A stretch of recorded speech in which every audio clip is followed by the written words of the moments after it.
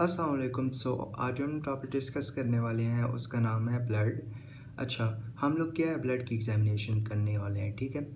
अच्छा, अब ब्लड जो है ना medical legal importance of blood stain क्या है कि लाइक हम ब्लड स्टेन को किन किन चीज़ों के लिए हम यूज़ कर सकते हैं। सबसे पहले हम लोग इसको यूज़ कर सकते हैं डिस्प्यूटेड मैटरनिटी के लिए। मतलब कि एक मदर है जिसने अब वो कर ली है पार्चुलेशन, उसकी डिलीवरी वगैरह हो गई है। अब उसको अपना बच्चा नहीं दिया, किसी और का बच्चा उठा के दे दिया, which is very common now days. तो होता क्या है कि मदर जो है वो क्लेम कर सकती है कि मेरा बच्चा नहीं है अपना ब्लड दे के और ब्लड टेस्टिंग से, ठीक है। फिर इसके बाद पैटर्न डिस्प्यूटेड पैटर्निटी भी हो सकती है। डिस्प्यूटेड पैटर्निटी क्या होती है कि एक दो दो दो मेल हैं, दो आदमी हैं, दो जो क्लेम कर रहे होते हैं कि ये बच्चा मेरा है, दोनों कह रहे हैं कि ये बच्चा मेरा है। तो फिर वो ब्लड टेस्ट है वो मालूम कर सकते हैं कि बच्चा किसका है, ठीक है। फिर इसके बाद ब्लड ट्रांसफ्यूजन रिएक्शंस भी देख सकते हैं, ठीक है। ट्रांसफ्यूजन रिएक्शंस के लिए भी हम ब्लड वो स्टेन चेक कर सकते हैं, ठीक है। इसके अलावा हम लोग मर्डर केस में ब्लड के स्टेन्स चेक कर सकते हैं, वार्न्स में ब्लड के स्टेन्स चेक कर सकते हैं, सेक्स के उसमें एडल्ट्री, हाँ, डाइवोर्स का केस होता है ना, तो उसमें एडल्ट्री का अगर वो हो ना, क्या है कि एडल्ट्री का प्रूफ दिखाना हो ना। फॉर एग्जांपल एक मेल है जिसने अपनी वाइफ के साथ सेक्सुअल कांटेक्ट, मतलब किसी और के साथ सेक्सुअल कांटेक्ट रखा है, तो उसमें उस कंडीशन में भी हम लोग जो है ना ब्लड को यूज़ कर सकते हैं, ठीक है। इसके अलावा हम लोग पॉइजन के केस में, मतलब पॉइजन में भी ब्लड नहीं, ब्लड में भी हमारे पास पॉइजन आ जाता है ना, तो उस केस में भी हम लोग ब्लड के स्टेन यूज़ कर सकते हैं। अब एग्जामिनेशन ऑफ ब्लड की अगर हम बात करें तो हमारे पास physical examination, chemical examination, microscopic, serological और स्पेक्ट्रोफोटोमेट्री वगैरह सारा आ जाता है, ठीक है। अच्छा, सबसे पहले हम फिजिकल एग्जामिनेशन पे आते हैं। फिजिकल एग्जामिनेशन में हम फिजिकली देख रहे होते हैं। अच्छा, सबसे पहले हम आते हैं एज ऑफ स्टेन, कि ये स्टेन जो है कितने टाइम पुराना है या नया है, फ्रेश है या ओल्ड है, ठीक है। सबसे पहले अगर एक नया फ्रेश स्टेन होगा, अगर उसको हम हाथ लगाएंगे ना तो वो वेट होगा, मतलब वो स्टेन जो होगा वो वेट होगा, रेड होगा, स्क्रैची, वो स्क्रैची फील होगा, मतलब कि स्क्रैची होगा, ठीक है। अगर आधे घंटे बाद जाते हैं और उसको हम जेंटली टच करते हैं तो हमारे फिंगर्स जो होंगे वो रेड हो जाएंगे, ठीक है।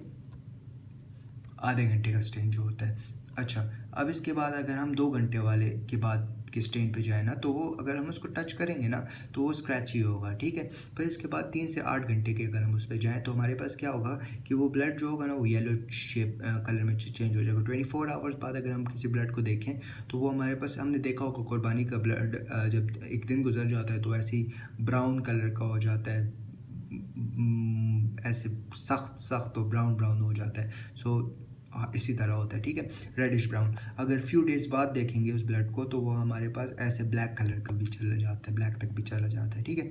फिर इसके बाद ना,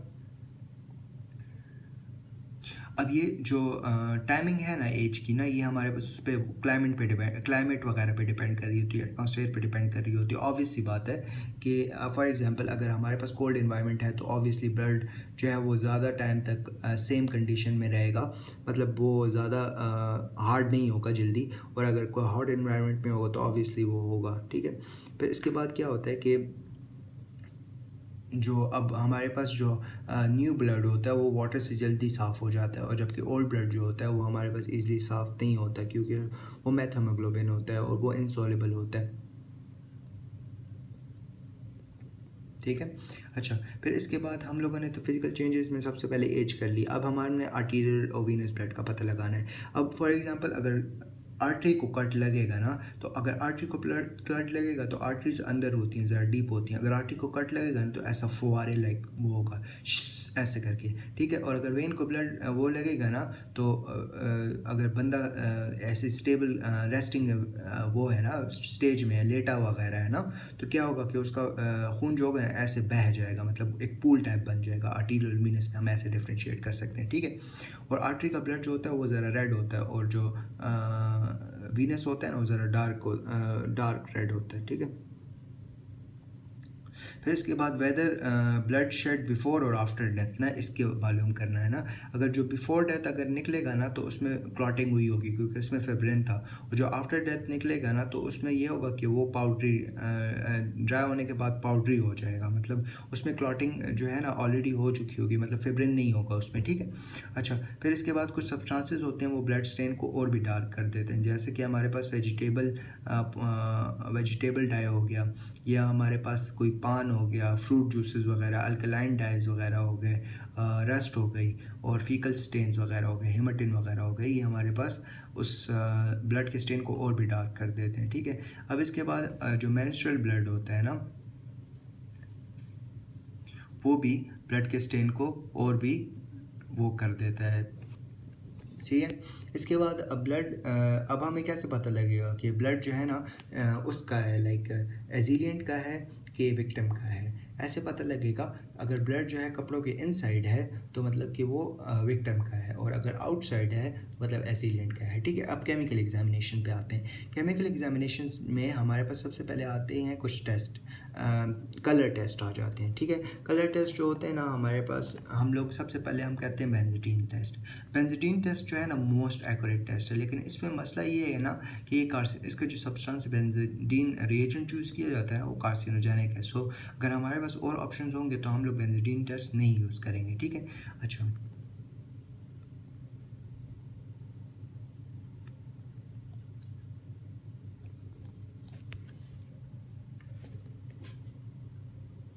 अच्छा, इसके बाद हमारे पास बेंजीन सोल्यूशन जो होता है, बेंजीन रिएजेंट जो होता है, उसमें हमारे पास क्या क्या होता है, ग्लेशियर एसिटिक एसिड होता है, बेंजीन सल्फेट होता है, और हमारे पास डिस्टिल्ड वाटर होता है। अब बेंजीन का टेस्टिंग का तरीका क्या होता है, हम सबसे पहले जो होते हैं ना एक वेट फिल्टर पेपर ले लेते हैं, ठीक है। वेट फिल्टर पेपर जो होता है ना उस पर हम लोग वो स्टेन लगा देते हैं, ठीक है। स्टेन के साथ वेट फिल्टर पेपर लिया मैंने हाथों पे, ठीक है, उसको हमने स्टेन पे थोड़ी देर के लिए ऐसे करके टच करवा दिए, ठीक है।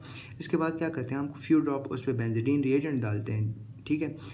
उसके बाद जो होता है ना हम लोग क्या करते हैं, बेंजीन रिएजेंट डालने के बाद हम लोग फ्यू ड्रॉप उसमें हाइड्रोजन पेरोक्साइड डालते हैं, H2O2।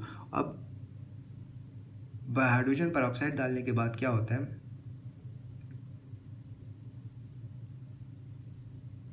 हमारे पास कलर जो होता है वो ग्रीनिश ब्लू हो जाता है, ठीक है। अब अगर ब्लड है तो हमारे पास ब्लू होगा, ठीक है। अगर ब्लड नहीं है ना, या कुछ और हमारे पास बॉडी फ्लूइड्स वगैरह है ना, बेंजीन टेस्ट हम और चीज़ों के लिए भी हम यूज़ कर सकते हैं। अगर कोई और बॉडी फ्लूइड है ना तो जो हमारे पास जो ब्लू कलर होगा ना, तो नॉर्मली ब्लू कलर जो होता है वो रेडिएटिंग ब्लू कलर होता है, लेकिन अगर अदर कोई चीज़ हुई ना तो जो कलर होगा ना वो हमारे पास रेडिएटिंग ब्लू नहीं होगा, मतलब रेडिएट नहीं कर रहा होगा, वीकर ब्लू कलर होगा, ठीक है। अच्छा, फिर इसके बाद बेंजीन टेस्ट के अलावा हम लोग जो है कलर टेस्ट के लिए फिनाफ्थलीन टेस्ट भी यूज़ करते हैं, जिनको हम कैसल मायर टेस्ट भी कहते हैं। कैसल मायर टेस्ट में क्या होता है कि हम फिनाफ्थलीन लेते हैं। फिनाफ्थलीन जो होता है वो हमारे पास, वेट अ सेकेंड, अच्छा, फिनाफ्थलीन लेते हैं, उसमें हम लोग वो स्टेन डालते हैं, वो जो स्टेन होता है हमारे पास उसमें हम वाटर डालते हैं, और वाटर डालने के बाद हम हाइड्रोजन पेरोक्साइड डालते हैं। अगर हाइड्रोजन पेरोक्साइड डालने के बाद ये डीप पिंक हो गया तो मतलब कि ये पॉजिटिव है, मतलब कि इसमें ब्लड है। इसको हम कैसल मायर टेस्ट कहते हैं। इसके बाद है गुआकम टेस्ट जो होता है वो हमारे पास टिंचर हम लोग उसका लेते हैं गुआकम का, प्लस उसमें हम ईथर डालते हैं, उसमें हम स्टेन डालते हैं, डीप ब्लू कलर आया तो मतलब कि इसमें ब्लड है, ठीक है। तो इसके बाद हमारे पास आता है अमीडोपायरिन टेस्ट। अमीडोपायरिन टेस्ट जो होता है वो हम लोग कैसे करते हैं कि हम लोग फ़िल्टर पेपर ले लेते हैं, सेम तरीका जैसे हम बेंजीन टेस्ट करते हैं। फ़िल्टर पेपर लेते हैं, उससे हम स्टेन थोड़ा लगा लेते हैं, फिर उसके बाद हम अमीडोपायरिडीन जो रिएजेंट है ना वो हम डालते हैं। उसके बाद हम इसमें फ्यू ड्रॉप्स हाइड्रोजन पेरोक्साइड डालते हैं। अगर हमारे पास पर्पल कलर आ गया तो मतलब ये हमारे पास इसमें ब्लड है, ठीक है। अच्छा, कलर टेस्ट हो गया। कलर टेस्ट के बाद हम लोग जो है ना अदर टेस्ट करते हैं, जिसमें हमारे पास कन्फर्मेटरी टेस्ट आ जाते हैं। कन्फर्मेटरी टेस्ट में हमारे पास सबसे पहले है हीमोक्रोमोजिन टेस्ट। हीमोक्रोमोजिन क्रिस्टल टेस्ट होता है, जिसको हम ताकायामा टेस्ट भी कहते हैं। ताकायामा टेस्ट में क्या होता है कि हम सबसे पहले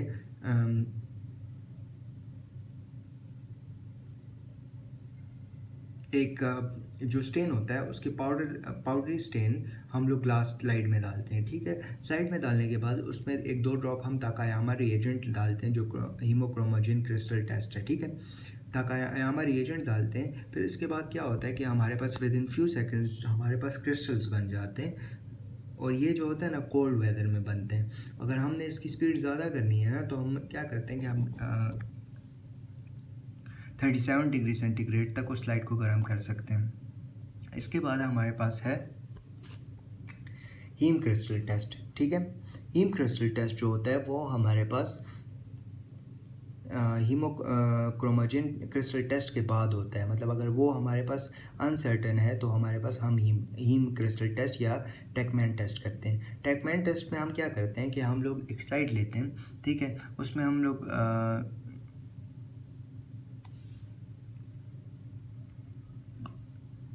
ग्लेशियर एसिटिक एसिड डालते हैं, ठीक है। Glacier acetic acid with a small crystal glacier acetic acid डालते हैं, फिर उसमें हम सोडियम क्लोराइड डालते हैं। सोडियम क्लोराइड डालने के बाद हम लोग उसको मिक्स करते हैं, हीट करते हैं, फिर कूल करते हैं, और हमारे पास ब्राउन रोम्बिक कलर के क्रिस्टल्स आ जाएँ तो मतलब ब्लड है उसमें, ठीक है। माइक्रोस्कोपिक एग्जामिनेशंस भी हम लोग कर सकते हैं। माइक्रोस्कोपिक एग्जामिनेशन भी बड़ी इंपॉर्टेंट होती हैं, क्योंकि हमारे पास जो ह्यूमन ब्लड है, जितने भी मैमल्स हैं उन, लेकिन माइक्रोस्कोपिक में हम डिफ्रेंशिएट नहीं कर सकते कि हमारे पास ह्यूमन है कि मैमल है, क्योंकि जो मैक्सिमम मैमल्स और ह्यूमंस हैं उनके हमारे पास राउंड सर्कुलर होता है आरबीसी और बाइकनकेव होता है, लेकिन जो मैमल में हमारे पास लामा है वो नॉन न्यूक्लिएटेड होता है और हमारे पास ओवल होता है, और जो बर्ड्स वगैरह हैं वो हमारे पास ओवल होते हैं और बाइकन्वेक्स होते हैं, ठीक है। अच्छा, स्पेक्ट्रोस्कोपिक एग्जामिनेशन भी बड़ी इंपॉर्टेंट है। स्पेक्ट्रोस्कोपिक एग्जामिनेशन में क्या होता है कि हम लोग क्या करते हैं, प्रिज्म लेते हैं, उससे जो है हम लोग लाइट पास करते हैं, ठीक है। उस पर ऑब्वियसली हम ब्लड लगाएंगे, फिर लाइट पास करेंगे, ठीक है। अब होता क्या है कि अगर हमारे पास ऑक्सीजनेटेड ब्लड है ना, तो हमारे पास जो एब्जॉर्प्शन बैंड है ना वो हमारे पास D and E के बीच में बनता है, ठीक है। अगर ओल्ड ब्लड है मतलब मैथ होमोग्लोबिन, तो हमारे पास जो एब्जॉर्प्शन बैंड है वो हमारे पास 4 बनते हैं। 2 बैंड जो होते हैं वो हमारे पास D and E के बीच में बनते हैं, तीसरा जो है वो हमारे पास C and D के बीच में बनता है, और जो फोर्थ है वो हमारे पास E लाइन पे बनता है। और अगर हमारे पास ब्लड जो है वो प्यूट्रिफाइड स्टेन है, तो प्यूट्रिफाइड स्टेन में हमारे पास जो है वो एक तो D और E के बीच में बन रहा है, और एक जो होता है वो हमारे पास E के बीच में बन रहा है। सीरोलॉजिकल टेस्ट भी बड़े इंपॉर्टेंट होते हैं। सीरोलॉजिकल टेस्ट में हम लोग क्या करते हैं, सीरोलॉजिकल टेस्ट हम लोग नेक्स्ट वीडियो में करते हैं। Thank you.